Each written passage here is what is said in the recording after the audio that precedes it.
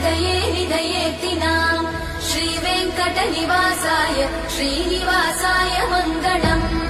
लक्ष्मी सविभ्रमालोकसुभ्रूविभ्रमचक्षुषे चक्षुषे सर्वलोकानां वेङ्कटेशाय मङ्गलम् श्रीवेङ्कटाद्रिशृङ्गाग्रमङ्गलाभरणाङ्गये मङ्गलानां निवासाय श्रीनिवासाय मङ्गलम् सर्वावयव सौन्दर्य सम्पदा सर्वचेतसां सदा सम्मोहनायास्तु वेङ्कटेशाय मङ्गलम्